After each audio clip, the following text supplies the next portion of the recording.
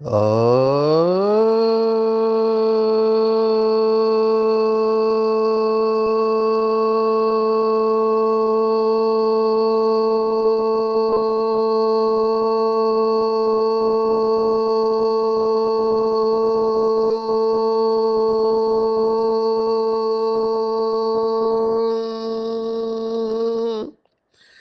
शांति।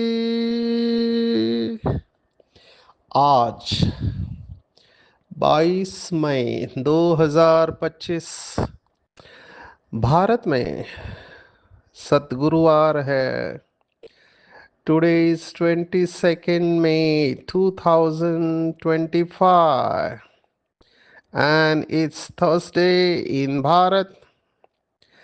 आज की मुरली का जादुई रहस्य स्वयं को प्रेरणा देने के लिए magical secrets of today's Murli for motivating the self.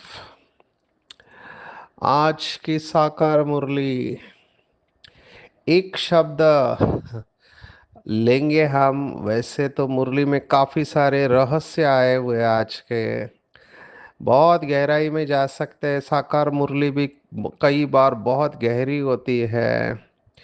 जितने बार पढ़ो उतना नए नए राज, ऐसे लगता है आंखों के ऊपर पट्टी चढ़ी हुई थी जैसे गांधारी ने आंखों के ऊपर पट्टी बांध ली थी, तो एक एक पट्टी खुलती जाती है।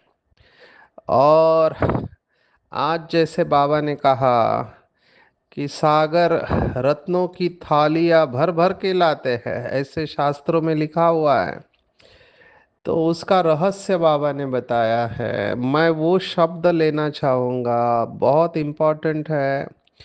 मनोविज्ञान के दृष्टिकोण से भी इम्पोर्टेंट है, साइकोलॉजी के दृष्टिकोण से, और आध्यात्मिकता में भी ये बहुत इम्पोर्टेंट है। बहुत ऊंची अवस्था कहेंगे अगर ये शब्द जीवन में धारण हो जाए।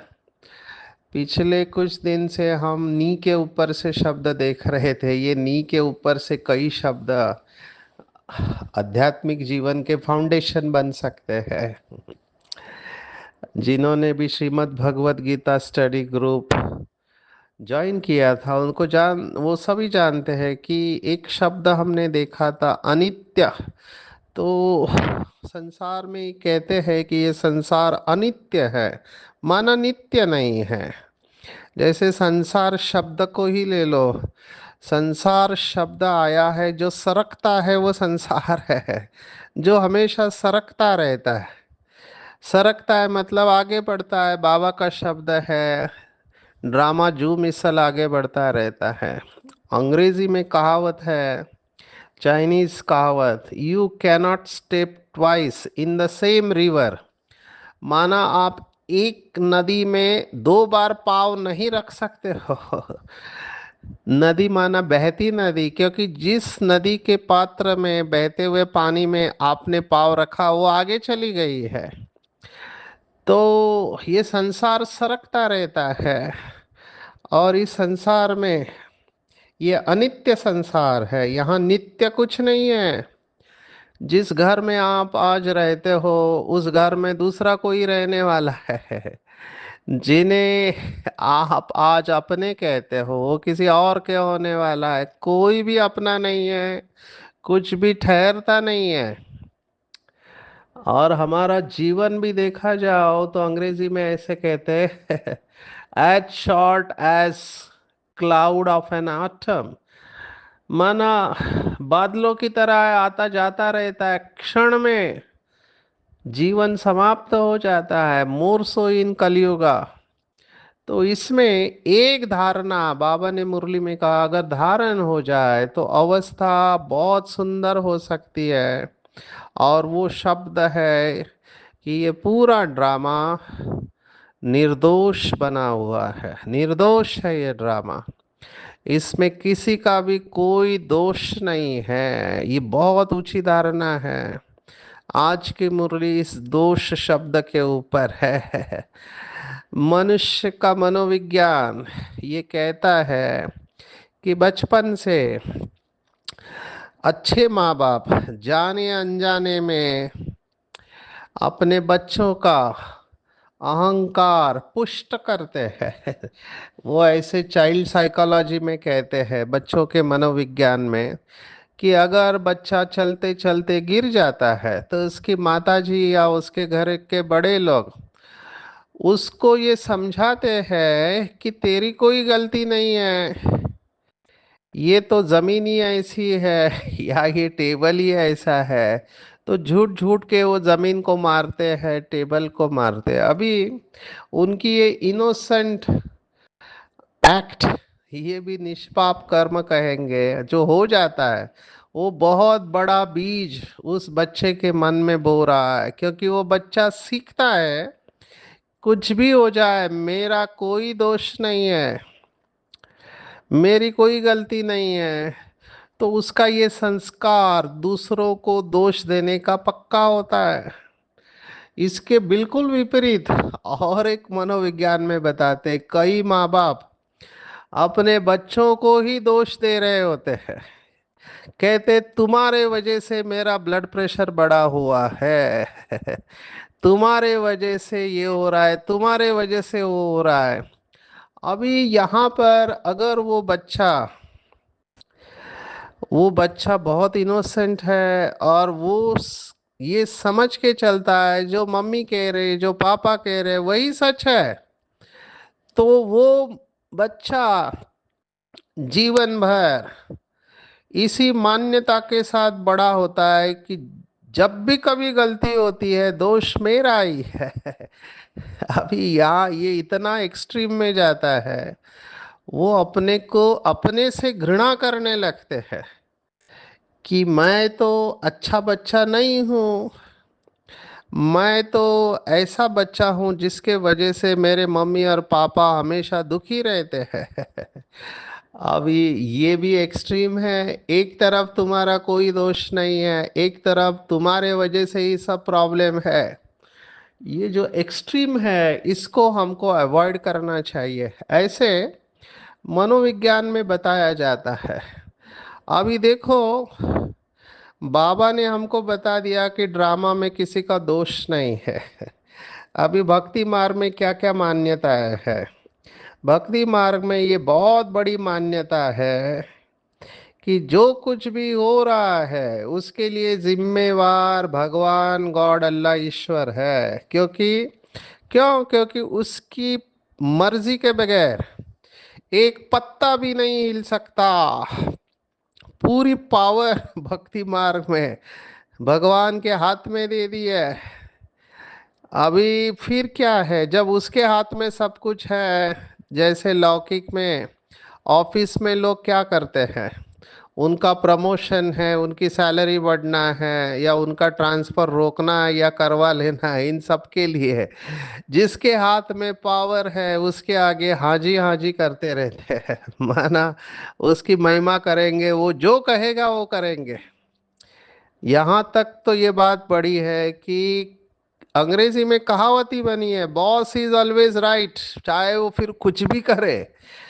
तो बॉस इज ऑलवेज राइट, क्योंकि उसके हाथ में पावर है तो बॉस को खुश करना तो लाजमी है। ऐसे ही यहाँ पे बॉस भगवान गॉड अल्लाह ईश्वर, उसके हाथ में पूरी पावर है तो उसको ही खुश करो। अभी बाबा ने देखो क्या कहा, अभी कहाँ की बात कहाँ लेकर गए। फिर जब उसके हाथ में पावर है तो जब भी ये भूकंप आता है, सुनामी आती है, सब्सिक्वेंट भूकंप और सुनामी या वॉल्केनोज या जो कुछ भी होता है, लोग कहने लगे कि दीज आर गॉडली कैलामिटीज, माना ईश्वरीय आपदा है, ईश्वर तुम्हारे ऊपर गुस्सा हो गया और तुम्हारे कर्मों की सजा दे रहा है। माना ईश्वर को भी गुस्से वाला बता दिया है, ये उसका चित्र का वर्णन किया हुआ है। सोचो दोनों बातें कैसे बैठते हैं।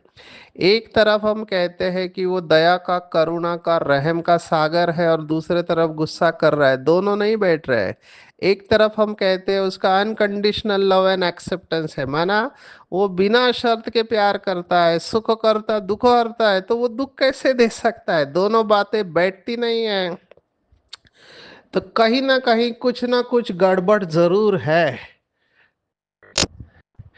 कहीं ना कहीं कुछ ना कुछ गड़बड़ जरूर है। और उसका जवाब बाबा ने हमको दिया है कि ये ड्रामा निर्दोष है। तो बाबा ने पहला जवाब दिया कि ये जितनी भी आप गॉडली कैलामिटीज कहते हो वो गॉडली नहीं है, वो नेचुरल कैलामिटीज है। देखो इसके ऊपर आखिर एक मूवी बनाना पड़ा। बॉलीवुड का ये मूवी बहुत प्रसिद्ध हुआ जिसका नाम था ओ माय गॉड। अब ये ओ माय गॉड में क्या दिखाया है कि भूकंप में वो उसका दुकान टूट जाता है तो वो कोर्ट में जाता है और भगवान के ऊपर ही केस डालता है कि भगवान मेरे पैसे वापस दिया। अभी भगवान तो है नहीं, तो भगवान के जो ठेकेदार है, अभी ठेकेदार माना कौन, तो भगवान के नाम पर जो अपना काम करा लेते हैं तो उसमें सभी आ गए। सभी धर्मों के लोगों को वो कोर्ट में खींचता है कि आप भगवान के नाम पर पैसे इकट्ठा करते हो। अभी अच्छा शब्द नहीं है, इनको भगवान के एजेंट्स कहा गया है, तो उनको मेरा पैसा चुकता करना चाहिए। ऐसे एक मूवी बनाया गया, उसमें भी बताया गया कि ये गॉडली कैलामिटीज है। अभी भगवान क्या कह रहा है, गॉड अल्लाह ईश्वर खुद कह रहा है कि ये मैं नहीं करता। स्पष्ट है श्रीमद् कि मैं क्यों मेरे बच्चों को दुख दूं। कोई भी माँ बाप अपने बच्चों को दुख दे नहीं सकते। और ये बुद्धि स्वीकार ही नहीं करते कि जो दया रहम का सागर है, सुख करता दुख हरता है, जो कर्मों की गुह्य गति के दाता है, ज्ञान के सागर पतित पावन है, जिसकी इतनी महिमा है कि स्वयं ज्ञान की देवी सरस्वती ये जंगल को कलम बनाए, सागर को स्याही बनाए, लिखने को बैठे तो भी वो अपूरी हो जाएगी। इतनी जिसकी महिमा है, वो कैसे दुख दे सकता है। तो बाबा ने कहा मैं किसी को दुख नहीं देता, मैं सदा सुखदाता हूँ। तो ये जो विनाश होता है, बाबा ने कहा ये ड्रामा प्लान अनुसार होता है। अगर मैं करूं तो मेरे ऊपर सारा पाप आ जाए। तो बाबा ने पूरा दोष किसके ऊपर रखा है, ड्रामा के ऊपर। और ड्रामा कोई व्यक्ति नहीं है। ये बहुत इंटरेस्टिंग है। या तो राम जिम्मेवार है या रावण जिम्मेवार है। तो बाबा ने पूरा दोष किसी व्यक्ति के ऊपर नहीं रखा, किसी देवताओं के ऊपर नहीं रखा। बाबा ने ये पूरा दोष ड्रामा के ऊपर रखा है। और ड्रामा किसने लिखा, तो अगर हमको पता होता कि ड्रामा किसी व्यक्ति ने लिखा है तो भी उसके ऊपर दोष आ जाता। बाबा ने ये भी नहीं कहा कि कोई व्यक्ति ने लिखा, ये बना बनाया है। वहां पे सभी प्रश्न समाप्त हो जाते हैं। अब यहाँ पे दो प्रकार के बाबा के बच्चे हैं। एक जिनको हम अंग्रेजी में कहते हैं लीनियर थिंकिंग वाले, एक सीधी रेखा में सोचने वाले।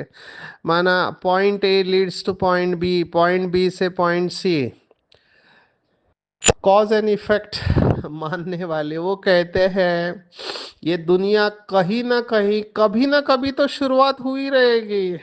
तो साइंस कहते हैं इतने इतने बिलियन सालों पहले, करोड़ों सालों पहले। वो फिगर भी है 450, जो भी है फिगर। तो अगर हम ये प्रश्न जैसे ही पूछते हैं, इमीडिएटली हमारे सामने दूसरा प्रश्न खड़ा होता है कि कभी ना कभी चालू हुई है तो कभी ना कभी खत्म जरूर होगी। तो जैसे ही ये प्रश्न हमने कहा कि इतने करोड़ों साल पहले चालू हुई तो इतने सालों के बाद खत्म हो जाएगी, तो प्रश्न उठता है जब चालू हुई थी उसके पहले क्या था, और जब खत्म होगी तो उसके बाद में क्या होगा। अब ये दोनों प्रश्नों का कोई जवाब नहीं है। तो फिर भक्ति मार्ग में एक तीसरा ग्रुप तैयार हुआ जिन्होंने इसे स्वीकार किया जैसा है वैसा। और यही बात बाबा मुरली में कहता है कि ये बना बनाया है। अभी इस बात को एक्सेप्ट करना है हमको। जितना आप जल्दी इसको एक्सेप्ट करोगे कि ये ड्रामा निर्दोष है, उतना आपकी अवस्था बहुत अच्छी रहेगी। मैं तो कहूँगा सुखदाई बन जाएंगे आप, बहुत सुखी होंगे आप। क्योंकि जब तक हमारे अंदर यह मान्यता है कि कोई दूसरा व्यक्ति, वस्तु या परिस्थिति मेरे दुख का कारण है, जब तक ये थॉट रहेगा तब तक आपका कुछ नहीं हो सकता। सोचो इस समय दुनिया में कितने सारे, कुछ लोग इसको बिजनेस कहते हैं। एक ही उदाहरण मैं दूंगा, वास्तु दोष। अभी वो किसके ऊपर दोष रख रहे हैं? पूरा दोष वास्तु के ऊपर रख रहे हैं कि वास्तु ऐसा है, यहाँ पर किचन है, यहाँ पे टॉयलेट है, यहाँ पे सूर्य का प्रकाश नहीं आता है। कितनी सारी बातें उन्होंने डाल के इसका विज्ञान बना दिया है। अभी मैं ना इसके फेवर में हूँ ना इसके विरोध में हूँ। मैं हमेशा दो बातें ध्यान में रखता हूँ, क्योंकि मेरे जीवन का यह अनुभव है कि या तो आप शक्तिशाली है या फिर वास्तु शक्तिशाली है। इसको और गहराई में जाए, या तो प्रकृति के पांच तत्व, ये लोग कहते हैं ना अष्ट दिशा है, पूर्व पश्चिम दक्षिण उत्तर, और फिर वो आग्नेय नैऋत्य वगैरह आठ दिशा जो बताई है, वायव्य और ईशान्य। ये संस्कृत के शब्द है।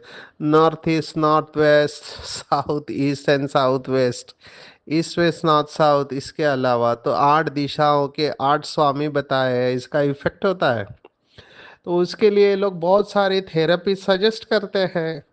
अभी मैं ये नहीं कह रहा हूँ कि इसमें कोई साइंस नहीं है, डेफिनेटली होना चाहिए। इतने सारे लोग करते हैं और कई लोग क्लेम करते हैं कि इसके बाद हमारा बिजनेस अच्छा हुआ, स्वास्थ्य अच्छा हुआ, वगैरह वगैरह। लेकिन मैं बाबा की बातों को यहाँ लाऊंगा। बाबा ने कहा आप प्रकृति के मालिक हो। बहुत बड़ी बात है, प्रकृति के हम मालिक है, प्रकृति हमारी दासी है। अभी इसके दो अर्थ ले सकते हैं कि भविष्य में सतयुग में प्रकृति हमारी दासी बनेंगी या अभी भी बनेगी। तो यहाँ पर ही लोग अटक जाते हैं। मेरा अनुभव कि मेरी शांति करने के लिए मेरे लौकिक परिवार वालों ने चार पंडित को बुलाया। मैंने उस पंडित को पूछा ये शांति क्यों करना चाहिए, हवन या यज्ञ?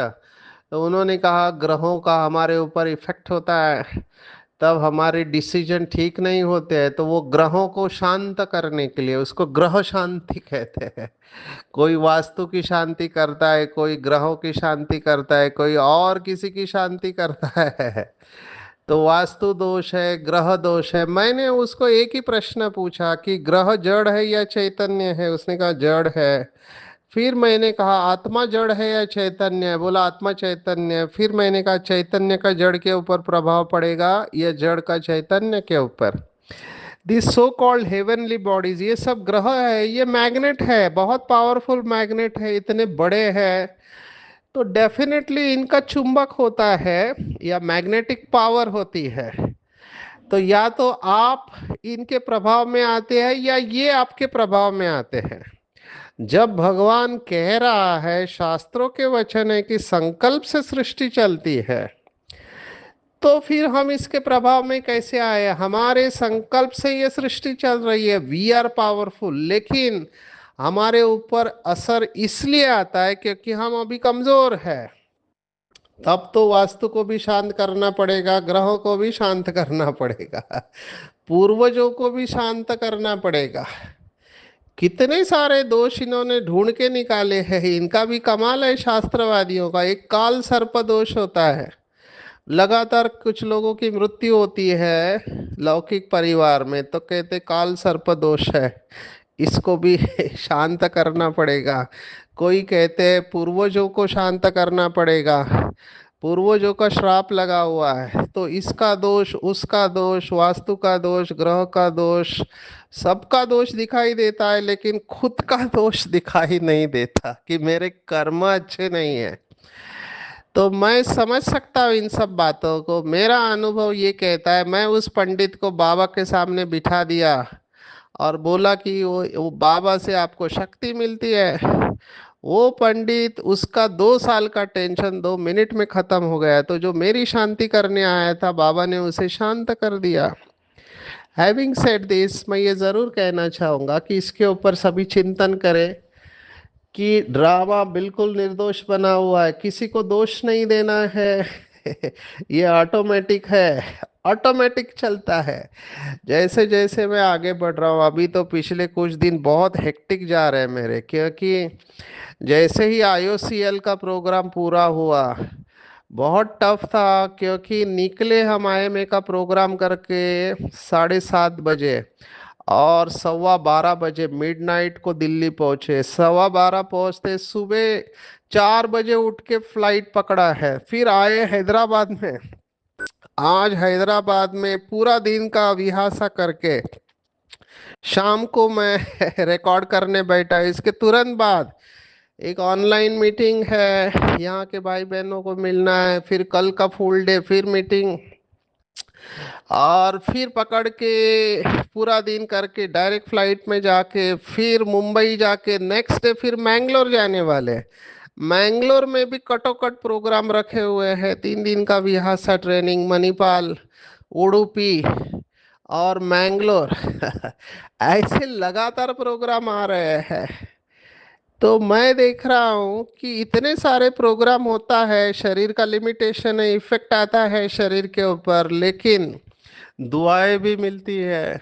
बाबा की दुआएं, ब्राह्मण परिवार की दुआएं, और सडनली मैं ये महसूस कर रहा हूँ कि समय की बलियारी, हम इसका बिल्कुल क्रेडिट नहीं लेते हैं, ये समय की बलियारी है। ड्रामा को अति में जाना है तो सेवा को बढ़ना है। तो अंदर से ये अवस्था लानी है। आज के बाद हम किसी को दोष नहीं देंगे, न वास्तु को, न हमारे पूर्वजों को, ना कि ग्रहों को, ना किसी व्यक्ति को। अपने संकल्पों को ठीक करेंगे, क्योंकि मुझे एक बात बुद्धि में स्पष्ट बैठ गई है, कोई भी निगेटिव एनर्जी है, आप पॉजिटिव रहो तो आपके ऊपर उसका असर नहीं पड़ेगा। आप उसे रिफ्लेक्ट करोगे, वो आपके चक्र के अंदर आ नहीं सकती है।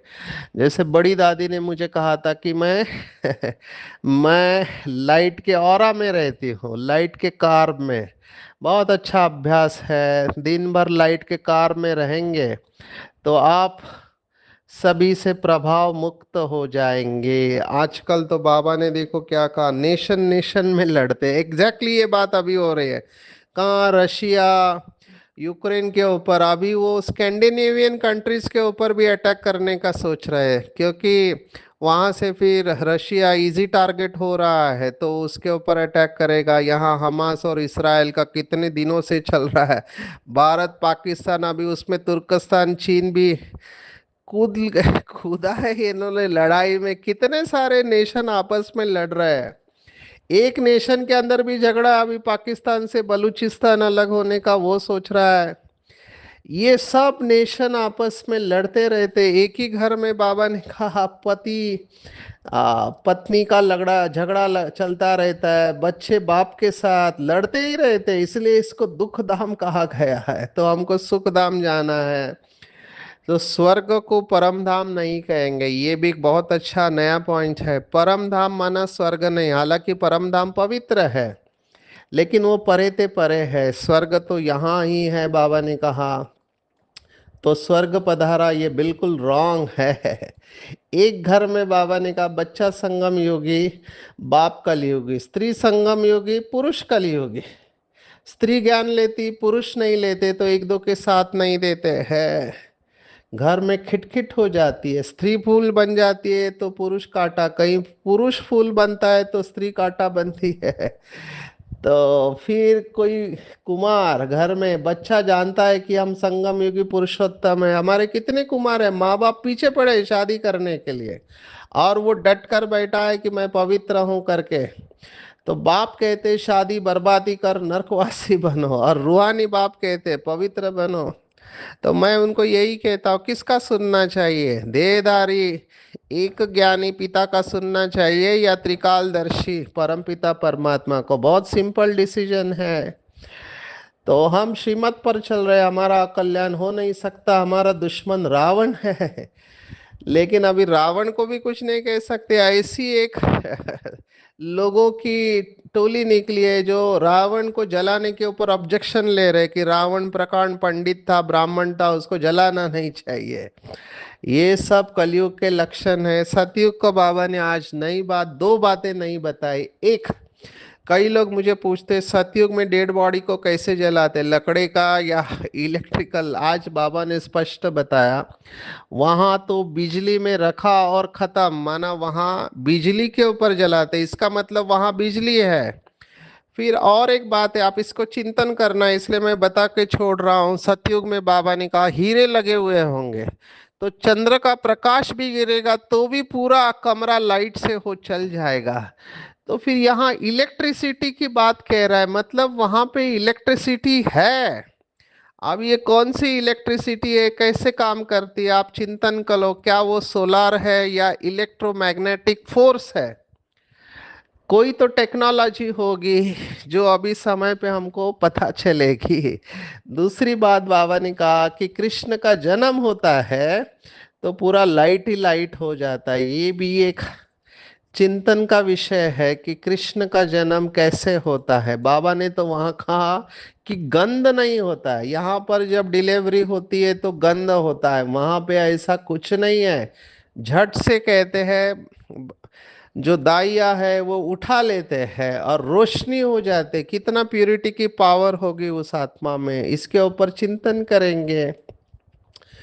इंपॉर्टेंट तीसरी बात आई है, दे दान तो छूटे ग्रहण। ये बहुत बड़ी कहावत भारत में, कोई भी ग्रहण लगता है तो कहते दान करो। आज बाबा ने देखो सेल्फ रेस्पेक्ट की बात कही, बहनें राखी बांधने जाती है तो वो समझते हैं कि ये पैसा लेने आई है तो कुछ देना पड़ेगा।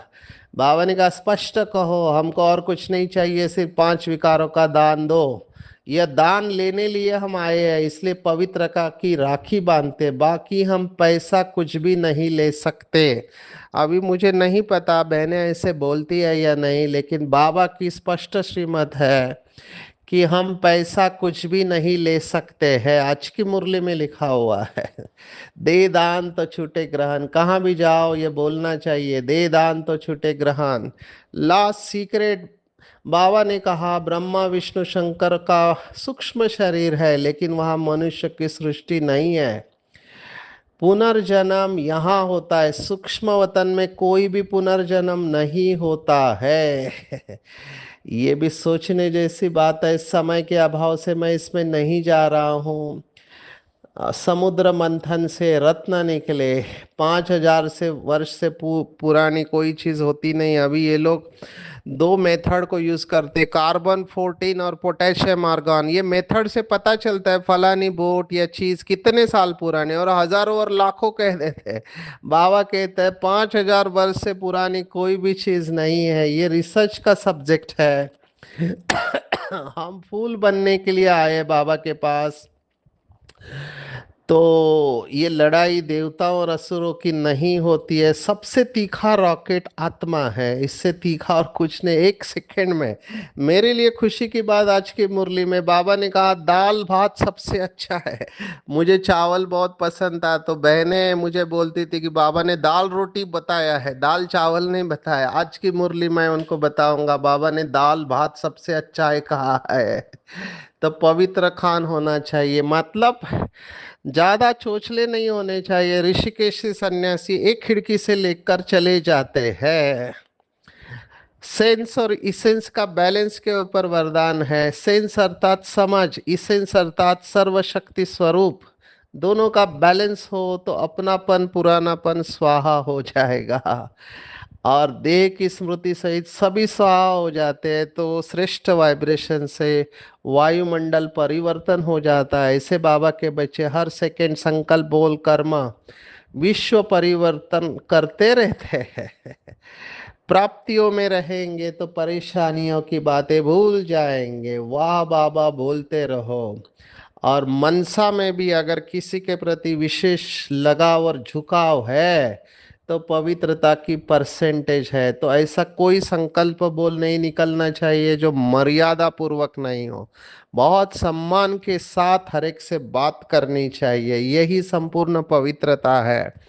पवित्रता माना केवल ब्रह्मचर्य नहीं, लेकिन मन वचन कर्म से बिल्कुल श्रेष्ठ, और किसी के प्रति लगाव झुकाव नहीं हो। आज की पूरी मुरली में टेक होम, टेक होम आज अगर मुझे पूछो तो किसी का कोई दोष नहीं है। इसके और गहराई में जाएंगे, आंखों से जो कुछ भी देखता है ये सब समाप्त होने वाला है। तो बुद्धि से सब कुछ भूलते जाना है, अपने ऊपर पूरा पूरा अटेंशन रखना है, सच्चा सच्चा चार्ट रखना है, माता पिता को फॉलो कर पूरा दिल तख्त नशीन में रहना है, बनना है, दिन रात सर्विस में तत्पर रहना है, सबको पैगाम देना है, दे दान तो छूटे ग्रहान। सेंस और इसेंस के बैलेंस द्वारा अपनेपन पुरानेपन को स्वाहा करने वाले विश्व परिवर्तक बनना है। और प्राप्तियों में खोए रहना है तो परेशानी की बातें भूल जाएंगे, और किसी के भी लगाव झुकाव में नहीं आना है, किसी के ऊपर प्रभावित भी नहीं होना है, न किसी के प्रति निगेटिव संकल्प बोल और शब्द निकले। अच्छा, ओम शांति।